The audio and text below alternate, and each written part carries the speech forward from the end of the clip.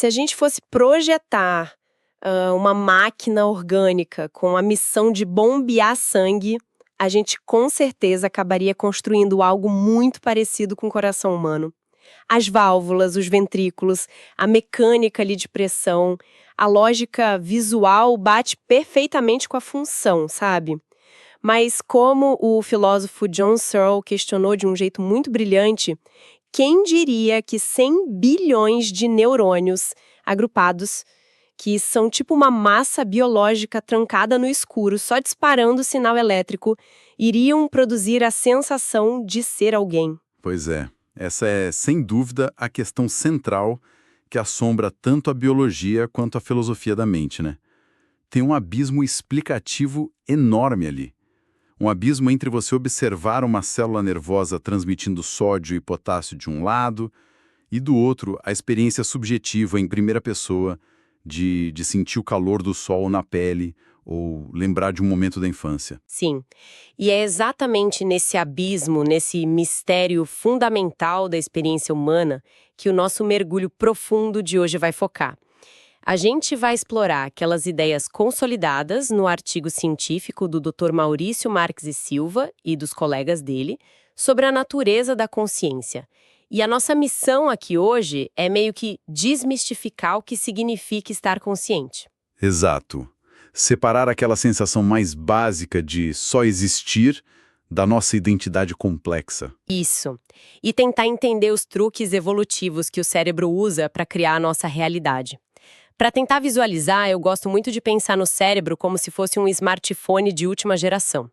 Porque, bom, a ciência já entende muito bem o hardware dele, as trilhas de silício e até o software básico que impede o aparelho de desligar sozinho. Mas a experiência do usuário, sabe? A consciência de que a tela tá ali, acesa, processando a vida em tempo real, isso ainda parece um truque de mágica. Parece muito. E o desafio de entender essa experiência do usuário começa pela própria linguagem. A palavra consciência carrega um peso histórico gigante e, de certa forma, ela nos confunde um pouco. Historicamente, especialmente depois de Freud, o grande esforço científico foi provar que o inconsciente existia. Claro, o inconsciente era a terra não mapeada, né? Perfeito. O inconsciente precisava ser investigado. A consciência, por outro lado, era tida como o terreno óbvio. Afinal, a premissa era: a gente vive nela, a gente sabe o que ela é. Era o padrão da experiência humana, tipo a linha de base. Ninguém precisava provar que estava consciente. Mas aí a neurociência moderna avançou e o paradigma inverteu de cabeça para baixo. Quando a gente começou a mapear a atividade cerebral, ficou muito claro que a imensa maioria do processamento que o cérebro faz é, na verdade, totalmente inconsciente. O cérebro regula as respirações, processa a luz, equilibra os hormônios, e ele faz tudo isso no escuro. Nossa! Então o verdadeiro mistério passou a ser como e por que apenas uma minúscula fração de toda essa atividade ganha o holofote, né? O que transforma isso num sentimento de que algo está acontecendo. Exatamente. E para ilustrar a confusão que a gente faz, vale a pena olhar para a língua inglesa. Eles têm 3 termos separados para fenômenos que a gente, em português, costuma jogar tudo no mesmo balaio e chamar só de consciência. Ah, é? E quais seriam essas 3 divisões em inglês? Porque acho que isso ajuda a separar os conceitos que o artigo aborda. Ajuda muito a limpar o terreno. Eles usam o termo wakefulness para descrever puramente o estado de vigília. É estar acordado, com os olhos abertos, o oposto de estar em coma, por exemplo. O segundo termo é consciousness, que é a nossa consciência moral, aquela bússola interna sobre o que é certo ou errado. E por fim, consciousness, que é o nosso foco de hoje, a sensação subjetiva de existir e experienciar o presente. Caramba, essa separação entre estar acordado e estar consciente de si mesmo é crucial. Pelo que eu entendi das fontes, é possível a pessoa estar fisicamente acordada, andando por aí, mas sem nenhuma sensação de existir. A neurologia clínica vê isso com frequência, na verdade. Existem pacientes passando por crises epilépticas específicas, como crises de ausência, que demonstram wakefulness. O paciente está com o olho aberto, ele pode até ter um comportamento automático, tipo engolir ou desviar de uma cadeira. Tem um registro interno daquilo. O que nos leva direto a uma das estruturas mais importantes do material, que é aquela divisão proposta pelo neurocientista Antônio Damasio. Ele quebra esse fenômeno em duas instâncias, a consciência central e a consciência ampliada.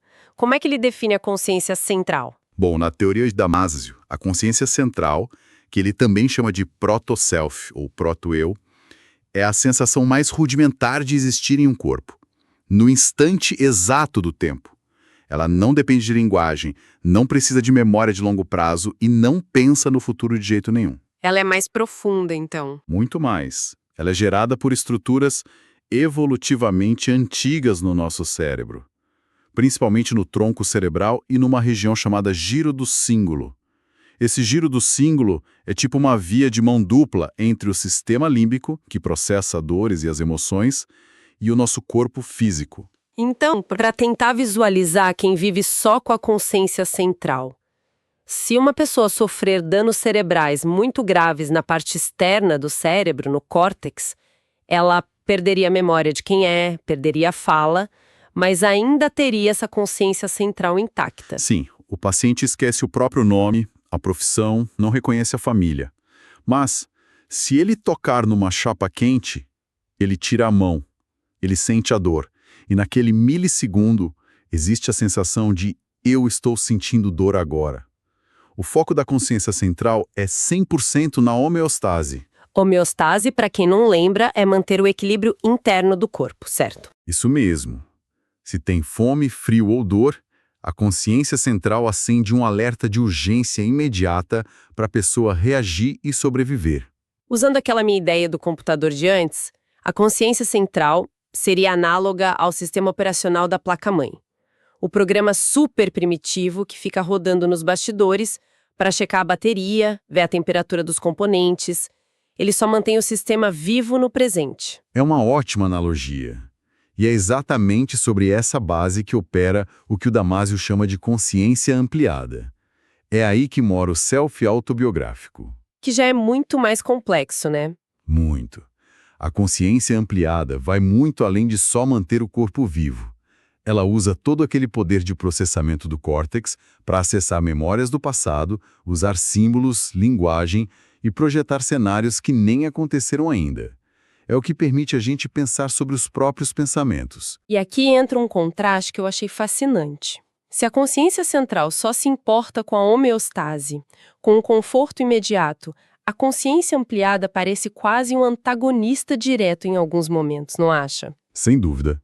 Ela bate de frente com a central o tempo todo. Pois é, porque pensar no futuro exige que a gente sacrifique o conforto de agora. Tipo, estudar horas a fio para uma prova ou fazer um projeto exaustivo no trabalho contraria tudo que a consciência central está pedindo, que seria deitar, descansar e comer. O que você descreve é basicamente o conflito interno da condição humana. A capacidade que a gente tem de suprimir o impulso gerado pela homeostase em favor de uma estratégia abstrata para um benefício daqui a anos é a grande função da consciência ampliada. E olha, manter isso tudo ativo gasta uma energia biológica e metabólica altíssima. O que me traz um questionamento evolutivo. Se manter esse self autobiográfico custa tão caro em energia, por que toda essa complexidade evoluiu desse jeito extremo na nossa espécie? O texto menciona que a resposta para isso está numa característica chamada neotenia. O que significa nascer com neotenia? Bom, a neotenia é um conceito biológico que significa reter características juvenis, infantis ou fetais mesmo, depois da idade adulta. No nosso caso, os seres humanos são basicamente primatas que sofrem de um retardamento profundo no ritmo de desenvolvimento. Nós nascemos muito imaturos biologicamente. O texto traz uns dados comparativos com os chimpanzés que são chocantes. Se você olhar a morfologia visual, um feto humano e um de chimpanzé são super parecidos. O rosto achatado, o crânio arredondado.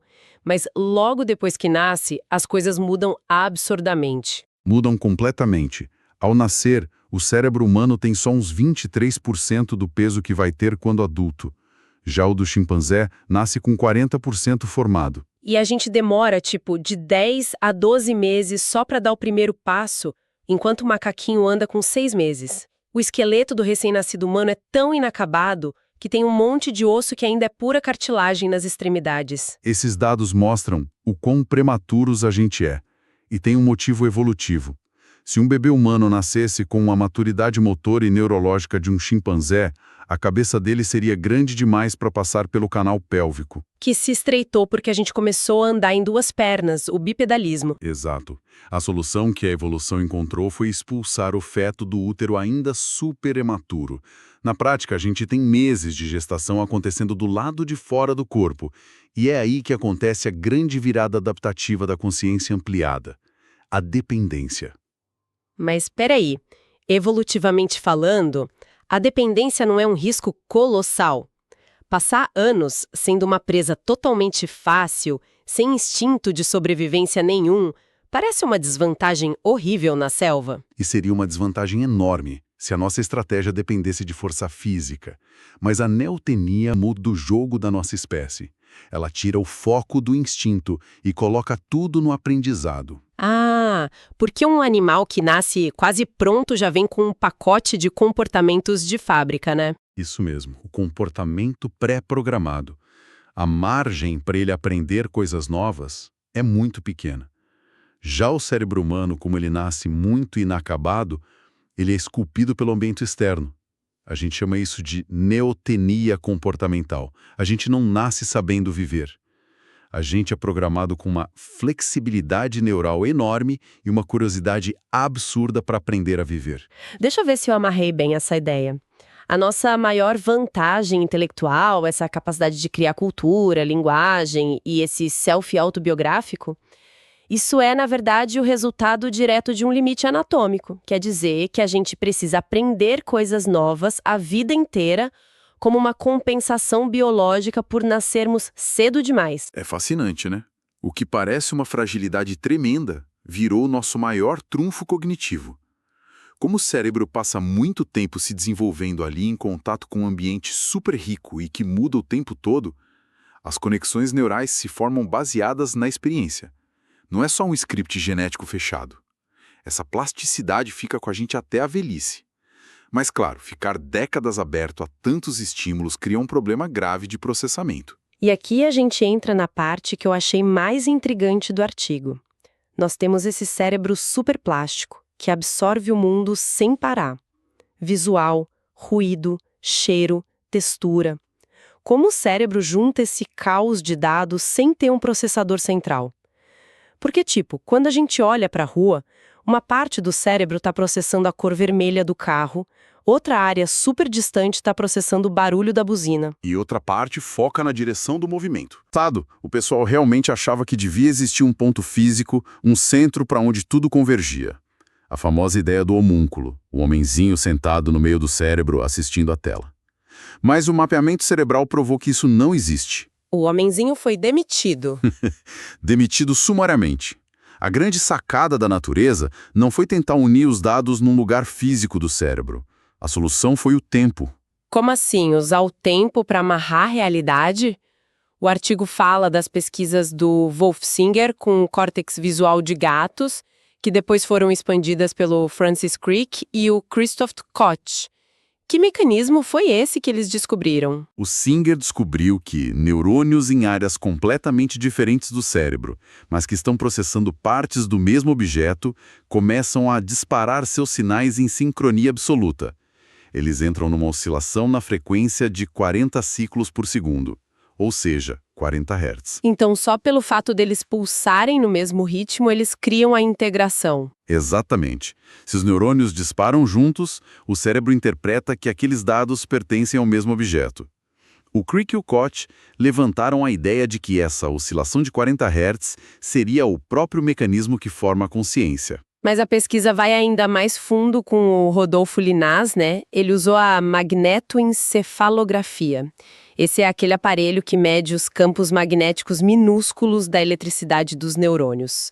O que o Linaz viu sobre esses 40 Hz que mudou tudo? A magnetoencefalografia, a MEG, é incrível porque ela consegue mostrar a atividade com a precisão de milissegundos.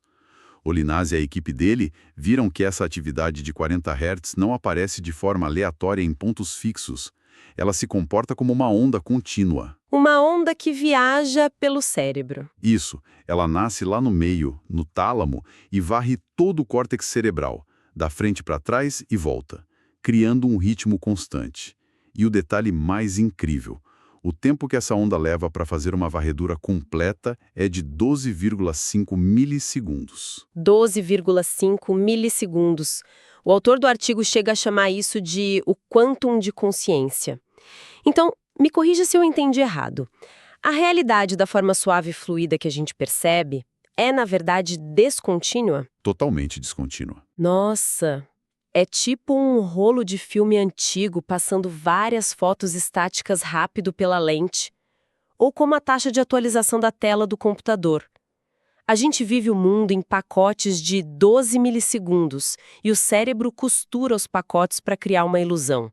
A analogia do filme de cinema é perfeita para entender isso. A percepção não é um rio contínuo. Ela é uma série de pequenos quadros de informação processados tão rápido, mas tão rápido, que a gente não consegue perceber o espaço escuro entre eles. A gente vivencia só a ilusão de uma continuidade perfeita. Mas espera aí.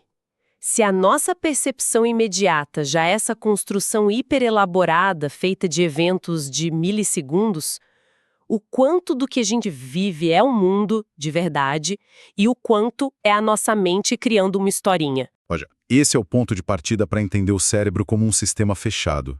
O Linaz propõe que o cérebro não é uma máquina passiva, que fica parada esperando os dados entrarem pelo olho ou ouvido para então reagir. Muito pelo contrário.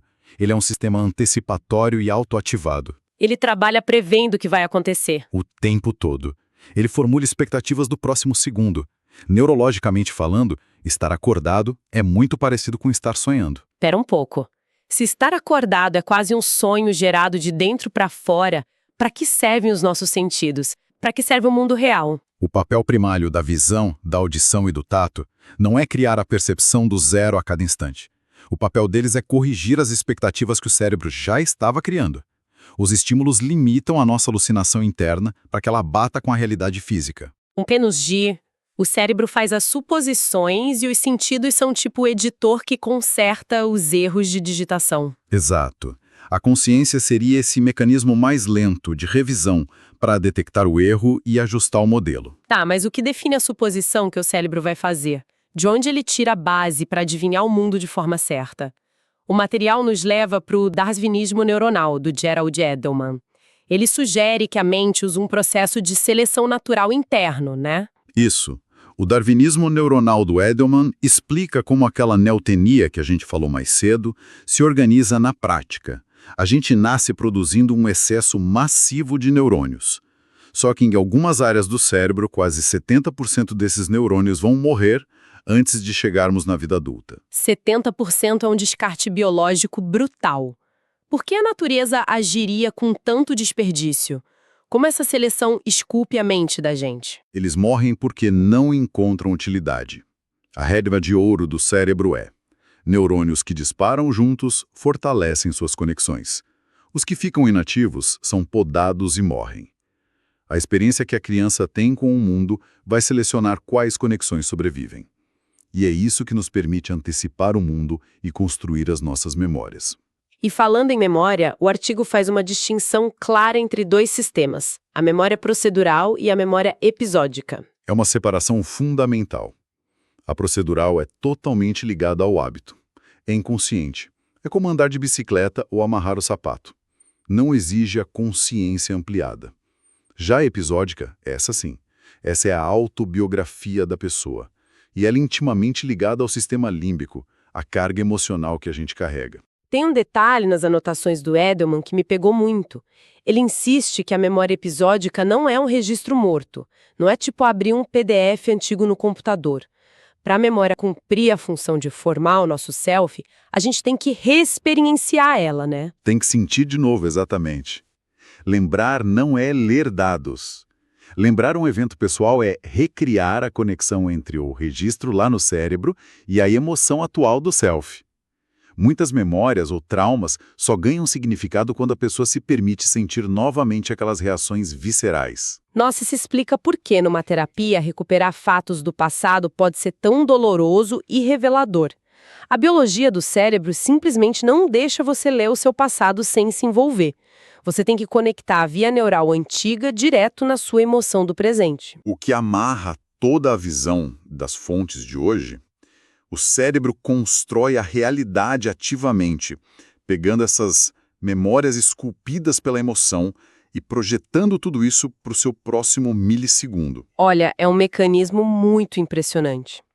Para a gente amarrar os pontos que exploramos hoje, a consciência definitivamente deixa de ser uma mágica inexplicável para virar uma engrenagem biológica gigante. Ela começa na nossa espécie com a neotenia, que troca o instinto por um longo período de aprendizado flexível. Isso. E para organizar essa enxurrada de aprendizado, sem ter um processador central, o cérebro usa a varredura das ondas de 40 Hz a cada 12,5 milissegundos. E agrupando o som, a visão e a emoção nesses pequenos blocos, ele nos dá essa sensação de fluidez incrível da realidade. E a principal função disso tudo, operando num sistema tão fechado, é permitir a gente revisar nosso passado, através dessas memórias emocionais, para conseguir planejar um futuro cada vez mais intrincado. Perfeito. E partindo dessa premissa fascinante de que a gente opera como um sistema que sonha constantemente o próximo momento e que o mundo lá fora só serve para fazer pequenas edições e correções nos nossos palpites sensoriais, eu queria deixar uma reflexão para quem está acompanhando a gente. De tudo que a gente vivencia exatamente agora, com as informações entrando e sendo processadas, parem um segundo para pensar. O quanto é de fato o mundo real e objetivo lá fora, e o quanto é apenas o fantasma incontornável das nossas próprias experiências e emoções passadas, ditando e colorindo os limites da nossa realidade. É uma pergunta para ficar na cabeça o resto do dia, com certeza.